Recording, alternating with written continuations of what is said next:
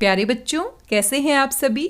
आशा करती हूँ आप सभी अपने परिवार के साथ स्वस्थ हैं, सुरक्षित हैं और साथ में खुश होकर अपनी पढ़ाई कर रहे हैं। प्यारे बच्चों, आज के इस वीडियो में आप सभी का स्वागत है।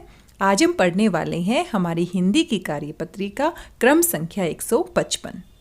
प्यारे बच्चों, आज की हिंदी की कार्यपत्रिका को हल करने से पहले आपको अपनी हिंदी की कॉपी में सबसे ऊपर लिखना है हिंदी कार्यपत्रिका क्रम संख्या 155, दिनांक 28 जनवरी 2021, कक्षा 4।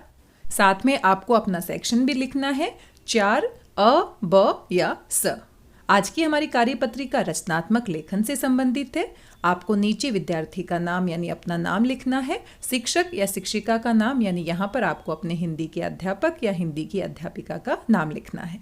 प्यारे बच्चों, आप सभी जानते हैं रचनात्मक लेखन क्या होता है। रचनात्मक लेखन से संबंधित अनेक कार्यपत्रिकाएं आप पहले भी हल कर चुके हैं। रचनात्मक लेखन में आपको कुछ चित्र दिए जाते हैं और चित्रों को ध्यान से देखने के बाद आपको अपनी खुद की कहानी बनानी होती है, या फिर आपको कोई कहानी अधूरी दी जाती है, आपको अपनी रचनात्मकता दिखाते हुए उस कहानी को पूरा करना होता है। इस तरह से आप अपनी क्रिएटिविटी यानी रचनात्मकता दिखा सकते हैं। और प्यारे बच्चों, मुझे पूरा विश्वास है कि आप में बहुत ज़्यादा क्रिएटिविटी है, बहुत ज़्यादा रचनात्मकता है। आज आपको क्या करना है, आइए देखते हैं। नमस्ते प्यारे बच्चों, उम्मीद है कि आप सभी अच्छे होंगे। आइए आज हम नीचे दिए गए चित्रों के अनुसार अपनी कल्पना से एक कहानी बनाएं।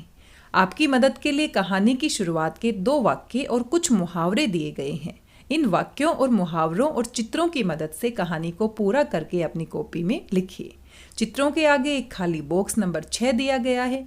इसमें आगे के घटनाक्रम का चित्र बनाइए और उसके बारे में 2 वाक्य लिखिए। कहानी को अपनी पसंद का एक उपयुक्त नाम भी दीजिए। अपनी बनाई कहानी अपने परिवार के सदस्यों को भी सुनाइए। देखा प्यारे बच्चों, आपने रचनात्मक लेखन करना है। आपको कुछ चित्र दिए गए हैं, चित्रों को ध्यान से देखना है, कहानी का आपको नाम सोचना है और कहानी की शुरुआत हमने 2 वाक्यों से कर दी है।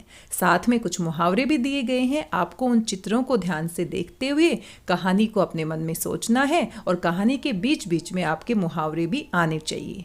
देखते हैं आप कितनी अच्छी कहानी बना सकते हैं।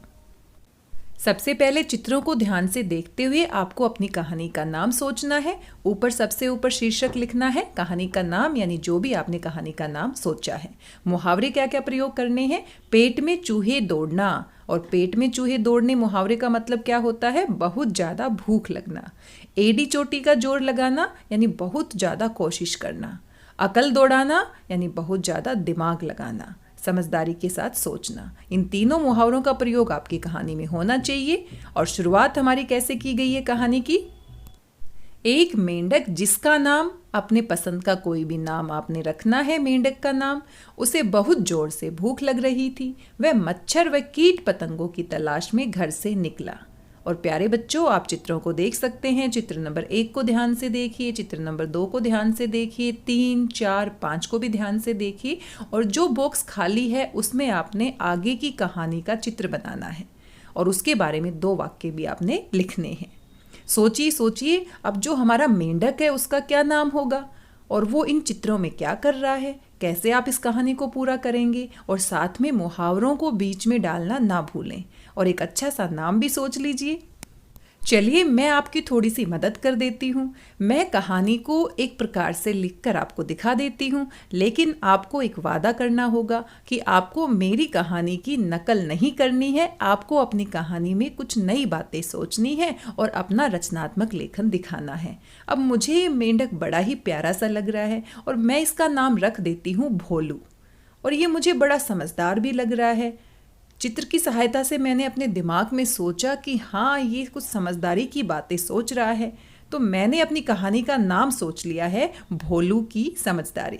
जी हाँ प्यारे बच्चों, मैंने सोच लिया है कि हमारा मेंढक का नाम भोलू है और वो बड़ी ही समझदारी के साथ सोच रहा है, तो मेरी कहानी का नाम क्या है, भोलू की समझदारी। चलिए अब अपनी कहानी को पूरा करते हैं। एक मेंढक जिसका नाम भोलू था, उसे बहुत जोर से भूख लग रही थी। वह मच्छर व कीट पतंगों की तलाश में घर से निकला। अब आगे की कहानी कैसे पूरी करें, आइए सोचते हैं। प्यारे बच्चों, चित्र को ध्यान से देखने पर सबसे पहले चित्र में एक मेंढक भोलू हमें दिखाई दे रहा है और उसको बड़ी भूख लगी है। उसके पेट में चूहे दौड़ रहे हैं और फिर वो देखता है कि आसमान में कुछ कीट पतंगे उड़ रहे हैं। उसके बाद वो कोशिश करता है उनको पकड़ने की। और अंतिम जो चित्र है, चित्र संख्या 5, उसमें आपने देखा कि एक मोमबत्ती के आसपास बहुत सारे कीट पतंगे उड़ रहे हैं और हमारा भोलू कुछ सोच रहा है। अब इन सभी बातों को ध्यान में रखते हुए आइए हमारी कहानी को देखते हैं किस तरीके से हमने पूरा किया है। सबसे पहले कहानी का नाम है भोलू की समझदारी। एक मेंढक जिसका नाम भोलू था, उसे बहुत जोर से भूख लग रही थी। वह मच्छर और कीट पतंगों की तलाश में घर से निकला। कुछ दूरी पर उसने आसमान में उड़ते हुए कुछ कीट पतंगों को देखा। भोलू के पेट में चूहे दौड़ रहे थे। देखा प्यारे बच्चों, हमने अपने मुहावरे का भी प्रयोग किया है। पेट में चूहे दौड़ना यानी बहुत ज्यादा भूख लगना। भोलू के पेट में चूहे दौड़ रहे थे, उसको बहुत भूख लगी थी। भोलू ने कीट पतंगों को पकड़ने के लिए ऊंची ऊंची छलांगे लगानी शुरू कर दी, लेकिन वह कीट पतंगों तक नहीं पहुंच पाया। भोलू ने फिर से कोशिश की और इस बार और ऊंची छलांग लगाई, लेकिन फिर भी भोलू कीट पतंगों तक नहीं पहुंच पाया। उसने अपनी एड़ी चोटी का जोर लगा दिया। एड़ी चोटी का जोर लगाना फिर से एक मुहावरा है जिसका अर्थ है बहुत ज़्यादा मेहनत करना, बहुत ज़्यादा प्रयास करना। फिर भी उसकी कोशिशें कामयाब नहीं रही। अब भोलू थक गया था। उसने अपनी अकल दौड़ाई और सोचा कि मैं ज़्यादा ऊंची छलांग नहीं लगा सकता। अकल दौड़ाना यानी ये दोबारा से मुहावरे का प्रयोग है जिसका अर्थ होता है अपना दिमाग लगाना, कुछ सोचना। उसने आसपास देखा तो उसे एक झोपड़ी दिखाई दी।